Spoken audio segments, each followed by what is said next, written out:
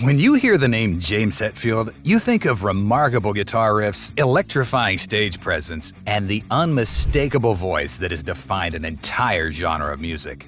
James Hetfield is a name known across generations. It's easy to say that he's a legend in his own right. However, beneath the surface of this icon lies an assortment of surprising facts that unveil the man beyond the music he creates. There's a side to James that not many may know. Here are 8 facts you probably didn't know about the legendary Metallica frontman. It started with an ad. Did you know that the Metallica we know today wouldn't be possible without a newspaper ad? Drummer looking for other metal musicians to jam with, Tigers of Pantang, Diamond Head, and Iron Maiden. This newspaper ad caught James Hetfield's attention, which led him to meet drummers Lars Ulrich for the first time. James, along with his friend Hugh Tanner, were looking for a drummer, so they didn't pass the chance to see what this ad was about. However, it initially didn't work out. James almost didn't form a band with Lars. According to him, it didn't work out. Lars was terrible, but he had something. He had this drive that I had. He was going to be in a band even though he couldn't play, and that sounds familiar to me. It wasn't until months later that Lars reached out to James again. Lars said that he got a record deal and needed to put a band together, so James, seeing that Lars had improved quite a bit, went ahead and formed a band with him. Just imagine if James had let the whole thing pass because he didn't like how Lars played.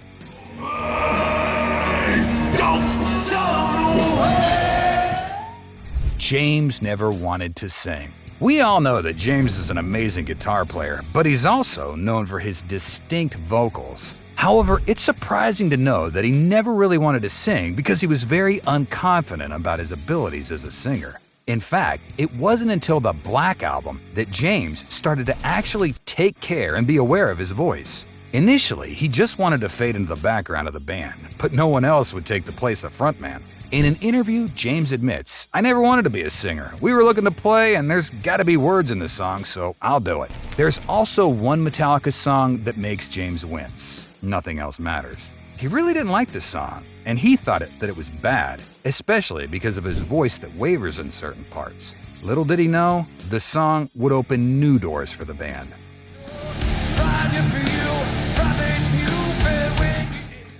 The God That Failed. It may not be out in the open, but when we listen to some of Metallica's songs, we can tell that James didn't quite have the kind of childhood that children should be having.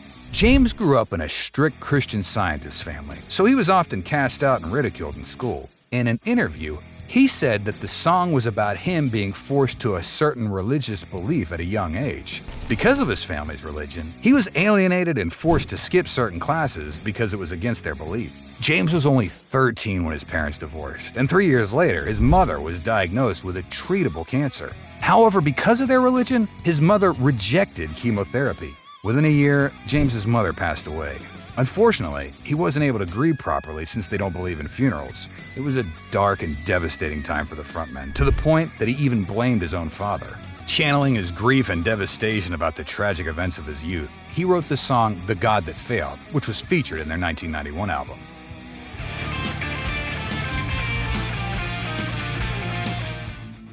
Not only a guitarist. It may come as a surprise to many that a guitar wasn't the first instrument that James picked up and learned. At 8 years old, James was forced to take piano lessons because his mother thought he was a musician after seeing him mess around with a friend's piano.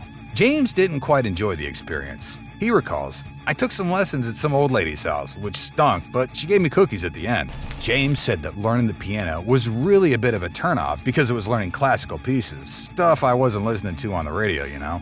He wasn't learning any Aerosmith songs, so he didn't see the point. James had access to his brother's instruments though, so he picked up the guitar, learned it, and never really looked back. Look at where he's at now. However, James recognizes that his musical ability definitely benefited from his early lessons in the piano. You're gonna tell us how come you're here, or we're gonna find out just how far you can. Dave the Barbarian. Did you know that James isn't only skilled in music, but also voice acting? James, alongside bandmate Lars, appeared in an episode of the Disney Channel original Dave the Barbarian. The two voice acted as dragons in the episode Here There Be Dragons that aired in February of 2004. It's clear to see that James is a one-talented man. According to the creator of Dave the Barbarian, James's talent as a voice actor stood out. He said that if James wanted, he could definitely have a solid career as a voice actor. Thanks to his stint in Dave the Barbarian, he was recognized for his voice acting talent. James also voiced himself in The Simpsons and American Dad. He's also the voice behind Wolfgang the Werewolf in Netflix's Skylanders Academy.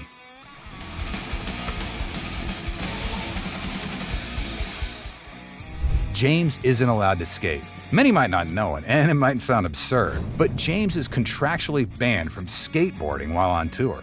James took up the hobby in the middle of their tour during the 1980s because he wanted something to do on tour because there was a lot of idle time when we're not doing anything. Normally, he's allowed to take on the hobby. However, James did admit to some bumps and bruises back then.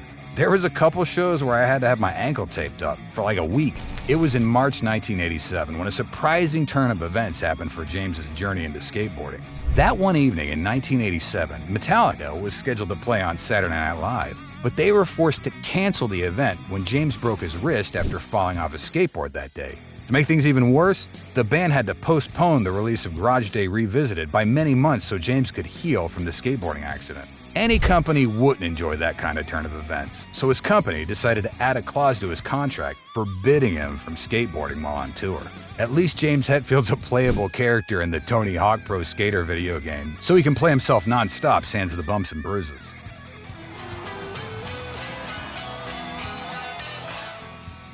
A near-death experience. In August of 1992, Metallica was touring alongside Guns N' Roses. During their tour, they brought with them a state-of-the-art pyrotechnics setup. It would make for a great stage performance, of course. However, James wasn't very familiar with the stage setup, so 5 days after his birthday, while playing a show in Montreal, he accidentally stepped into a 12-foot high torch of fire. In an interview with VH1's Behind the Music, James said, "I'm a little confused on where I'm supposed to be, and then the pyro guy doesn't see me and whoosh! A big colored flame goes right up under me. I'm burnt, my arm, my hand, completely down to the bone. The side of my face, the hair's gone, part of my back. I watched the skin just rising. All these things going wrong." Although his guitar protected him from the worst of the fire, he suffered second and third degree burns that engulfed his left side. In fact, in an interview with People magazine, bassist Jason Newsted said if he'd been breathing in, he would have been dead. Despite the unfortunate event, James was already back on stage 17 days later. Before I came out here, feeling a little bit insecure. A legend like James Hetfield feels insecure too. When we look at James Hetfield, we see a legendary musician who seems to have everything in his life together. He's achieved so many things and inspired so many people and generations. However, like everyone else, he is human. It may come as a shock to the many people looking up to him, but despite everything he's achieved, James gets the feeling of insecurity too. In May of 2022, in front of 60,000 people in their Belo Horizonte, Brazil show, James admitted that he felt like an old guy who can't play anymore. He added that despite these things he felt, his bandmates always helped him overcome the insecurity. "I talked to these guys and they helped me, simple as that. They gave me a hug and said, 'Hey, if you're struggling on stage, we got your back.' And I tell you, it means the world to me." After that, his bandmates went straight to James to give him a big, comforting hug, leaving him shedding tears and becoming even more emotional. To conclude his short speech, he addressed his fans saying, "Seeing you out there, I'm not alone, and neither are you."